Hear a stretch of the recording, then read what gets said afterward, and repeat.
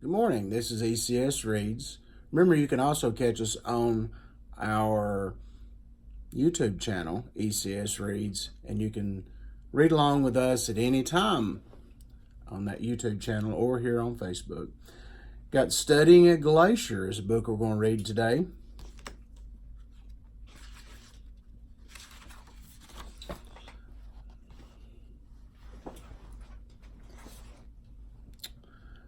This glacier in Antarctica is one of the world's largest.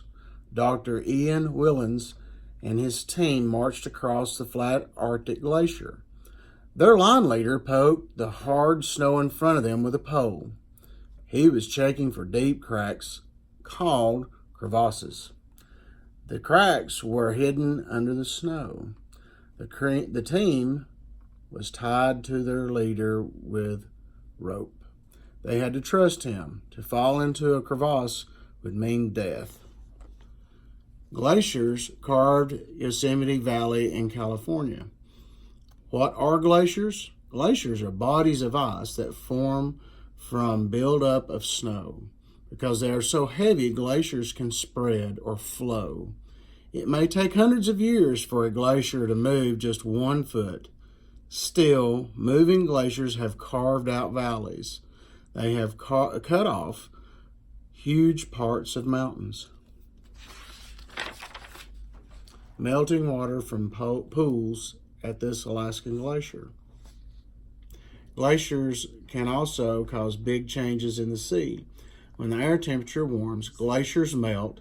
A melting glacier can make billions of gallons of water. The water flows into the sea. It makes the sea level rise. Scientists study ice drilled from the Antarctic. Measuring a glacier. Dr. Willens knows that a melting glacier could mean rising sea. Dr. Willens is a glaciologist. He is a scientist who studies glaciers. His team measured an Antarctic glacier so they would know if it was melting.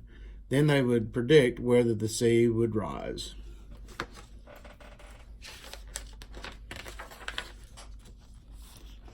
Scientists use special equipment to study ice.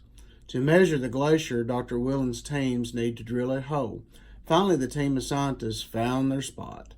They took out their equipment and began to drill.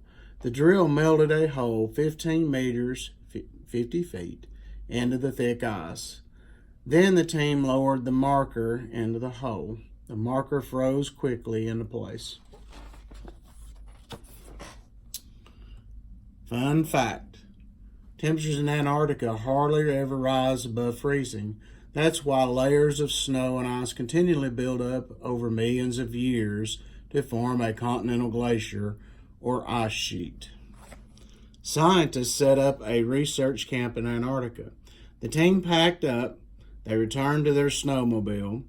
The temperature that day was minus 26 degrees Celsius or minus 15 degrees Fahrenheit. They needed to warm up and get out of the wind. Back at camp, they melted snow and added orange flavor for a warm drink. They cooked dinner. Later, they climbed into their tents to sleep. Scientists must be careful when they work on glaciers. The next day, the team traveled to another part of the glacier. In some parts of this big glacier, the ice was over 4.02 kilometers, almost 2.5 miles thick. The scientists checked the marker that they had set last year. Had the marker moved up or down in the ice? It was in the same place or somewhere new. Was it in the same place or somewhere new? Here's a fun fact. Moving glaciers shaped the land. Over thousands of years, moving glaciers carved out 5 low spots in the central area of North America. The glaciers melted into these low areas. The Great Lakes were formed. Great Lakes were formed. A satellite took this picture of a glacier. Dr. Willens made careful records. This information would tell him if the glacier was shrinking, growing, or moving. Scientists study the chemicals in the ice sample. Scientists learn many things by studying glaciers. Some scientists study glaciers to learn how the climate of the Earth has changed. Many glaciers are millions of years old. Scientists look at the layers of ice in the glacier. They can learn when the glacier grew bigger and when it melted. An earthquake in Alaska damaged this bridge. Other scientists study glaciers to learn about earthquakes. They think glaciers in Alaska may have caused earthquakes. How? Glaciers are very heavy. They put pressure on Earth's crust. When glaciers melt, they become lighter. Then the pieces of the Earth's crust underneath that glacier can shift. This shifting can cause earthquakes. Fun fact, there are no glaciers in Australia. Glaciers once covered more of the Earth than they do now. Scientists travel all over the world to study glaciers. In France, they may study mountain glaciers. In Canada, they may study valley glaciers. Dr. Willens goes to Greenland and Antarctica. There he studies the thick, flat glaciers called ice sheets. Scientists work at this station in Antarctica. Expeditions to study glaciers are long and hard. In Antarctica, most scientists stay in stations. Stations are like small towns. A few scientists, like Dr. Willens, do field work on other parts of the glacier.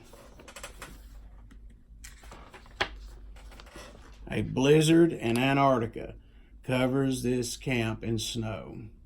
People doing field work must be trained. They must learn to work in the extreme cold. They build windbreaks out of snow to protect their tents. They also learn what to do in a whiteout. Whiteouts are windstorms with blowing snow.